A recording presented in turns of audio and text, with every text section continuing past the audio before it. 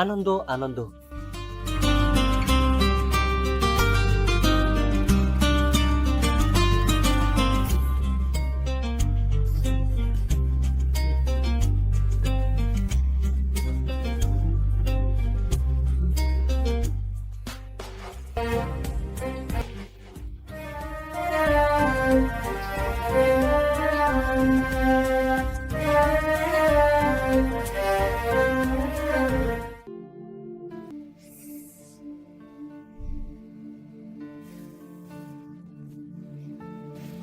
এখানে ডাকলে তখন কি করতে হবে?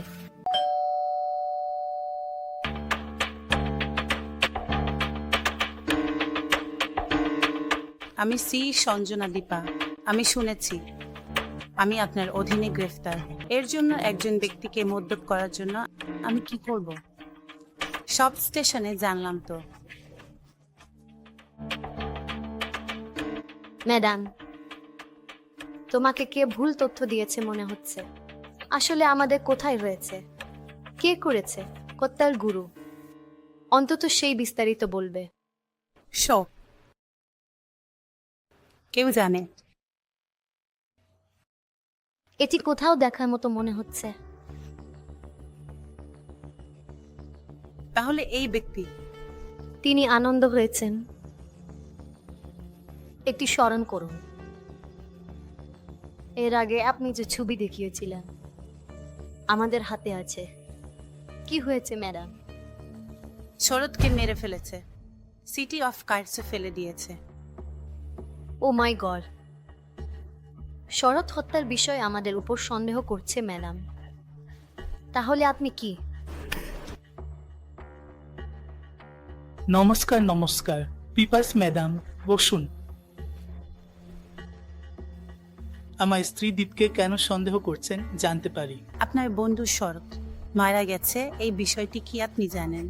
তাদের আমার বন্ধু বলা যাবে না, কিন্তু তিনি খুব ভালো মানুষ ম্যাডাম। একভাবে বলতে গেলে তিনি দেবতাদের মতো। কে হত্যা করেছে, কেন হত্যা করতে হলো আমি জানি না। গতকাল কৃষকদের হারিয়ে ফেলেছি। শরৎ হত্যার সাথে দীপের কি সম্পর্ক ম্যাডাম বলছি। কাজে আনুন। আপনি বসুন। বলে ওই মহিলা বলছে। লক্ষ্মী, আমি বললে আমি বলবো আসলে কি হয়েছে।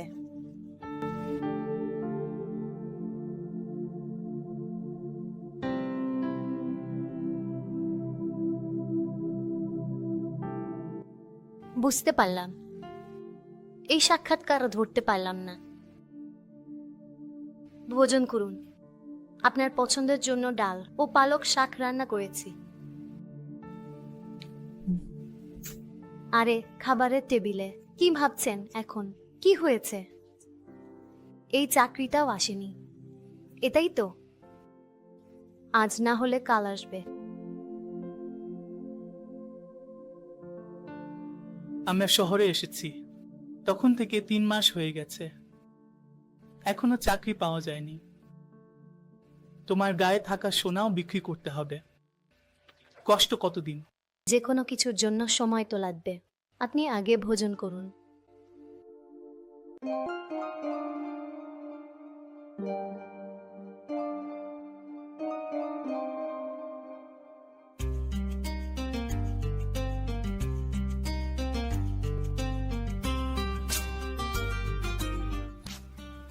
তোমার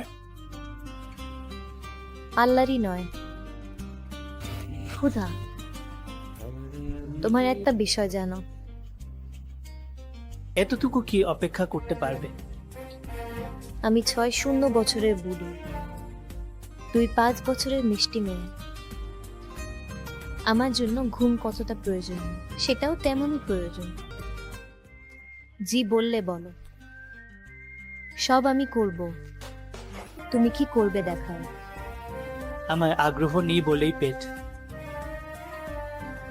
তোমার মতো অনেক পুরুষ একটু তার মাটির নিচে গদি পেতে শুয়ে থাকা, জীবন কাটাচ্ছেন। টাকা আছে তাদের, ক্লাব পাব ইত্যাদি, অন্য পথ খুঁজছেন। সেটাই গরিবদের, পাশের বাড়ির লোকদের সঙ্গেও। তার জন্য চক্রান্ত করছে। নর্মাল। আসো আসো, বসো। দীপা, কি বলছেন? দীপা, এ হলো আমার সেরা বন্ধু শারদ। কফি নিয়ে আসবো, বসো। তুমি তো বদলাওনি, তখন যেমন ছিলে এখনো তেমনই আছো। কি করছো? সত্যি বলতে কি চাকরি খুঁজছো? এর আগে আমি একটি প্রাইভেট কোম্পানিতে কাজ করতাম। দুঃখিত, কম সাক্কার, বেশি কাজ। এজন্যই বিয়ের পর হায়দ্রাবাদ চলে এসেছি। এখন 3 মাস হয়ে গেছে। আমার জন্য উপযুক্ত চাকরি পাওয়া যাচ্ছে না। দুঃখিত। আর কি বলবো, তোমার জন্য উপযুক্ত চাকরি পাওয়া যাবে না। পাওয়া গেলে কেন?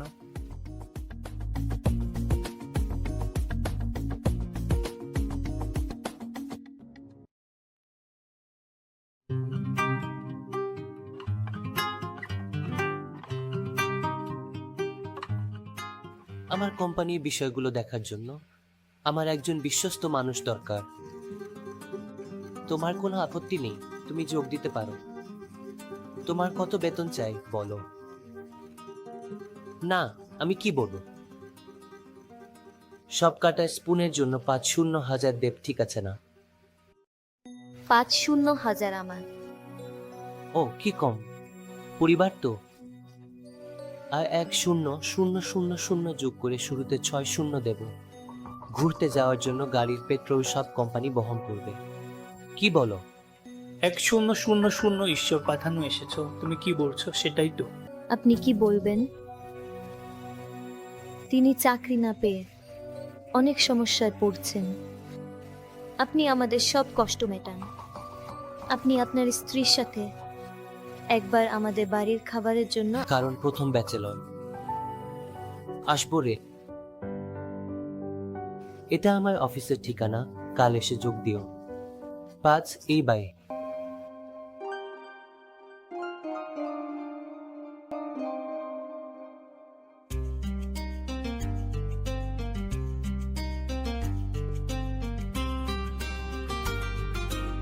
আনন্দ আনন্দ।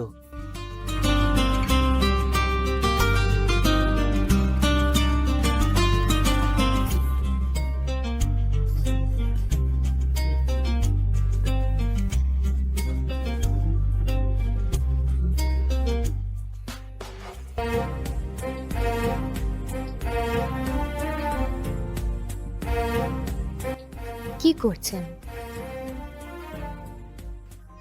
বাড়িতে এসেছেন? না। ও, আমাদের বাবা যে নেটের জন্য আসতে পারছেন না। আমাকে একটু গ্রেভি যে আসুক।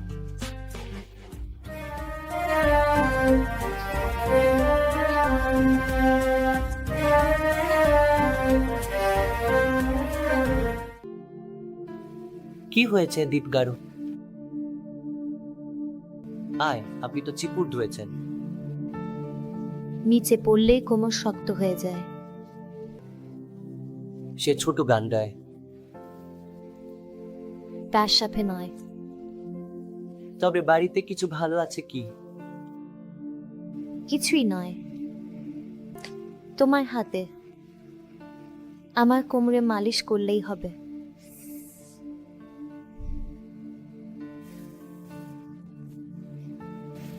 এখানে ডাকলে তখন কি করতে হবে?